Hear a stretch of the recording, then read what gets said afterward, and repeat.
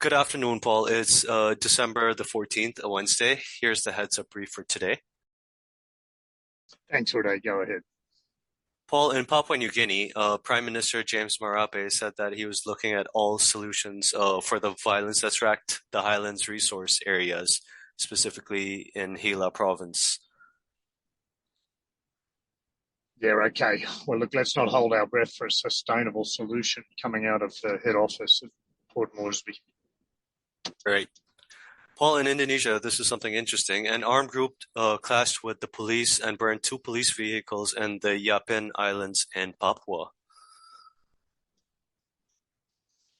Okay, so, it's being reported that the TPNPB, I don't think people understand what the TPNPB is. It's an Indonesian acronym basically saying, you know, that they try to classify them as an internal terrorist group. The ones in Papua alone, you get 350 languages. You've got the western half of the island of New Guinea. You've got mountains as high as 16,500 feet. You've got the archipelagos to the north and to the west.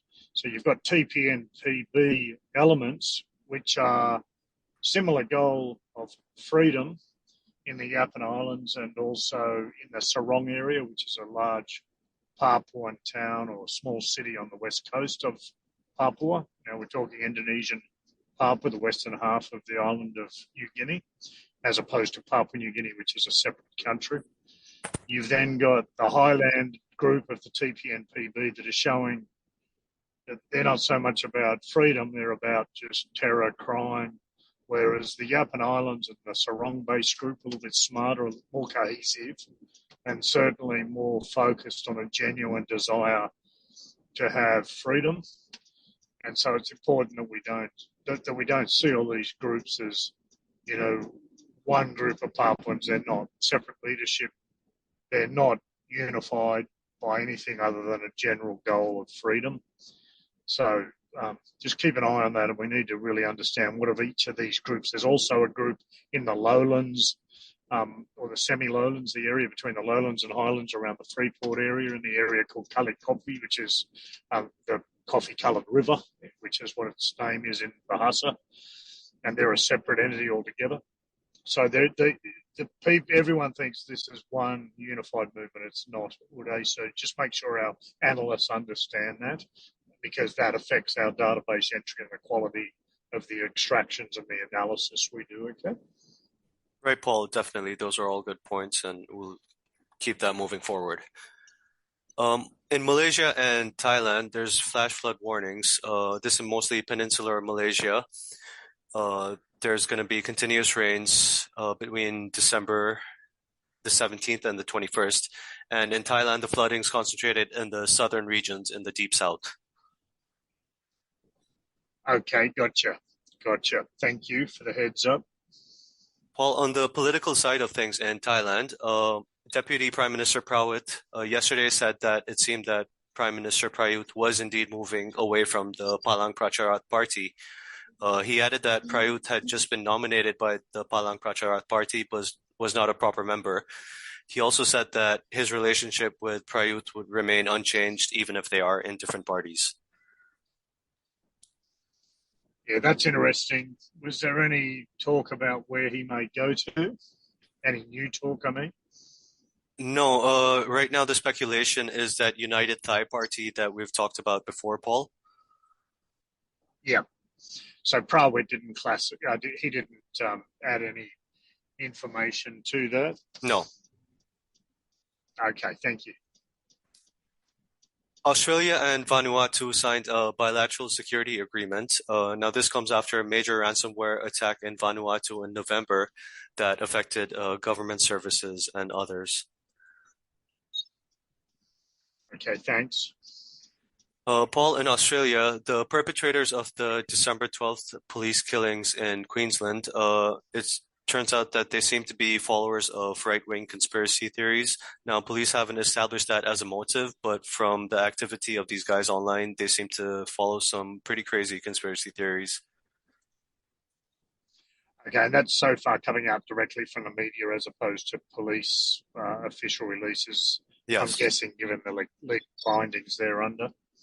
Okay, thank you.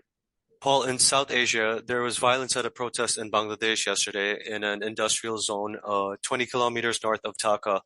Workers who were demanding unpaid dues clashed with security forces. Okay, interesting. Thanks. In Pakistan, police in two districts of Khyber Pakhtunkhwa have issued a terror alert over potential attacks by the Tehreek-e-Taliban Pakistan. Authorities have also said that terror attacks in against the police in Peshawar, which is the capital of Khyber Pakhtunkhwa province, have doubled in the last year. Okay, thanks very much. That's wonderful to hear.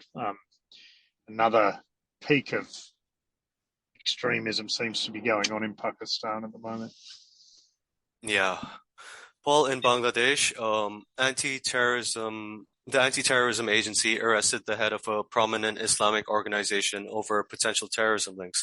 Now, these links may be valid, but this is after the organization had said that it would join the opposition parties in Bangladesh for the next year elections, so it could be also politically motivated.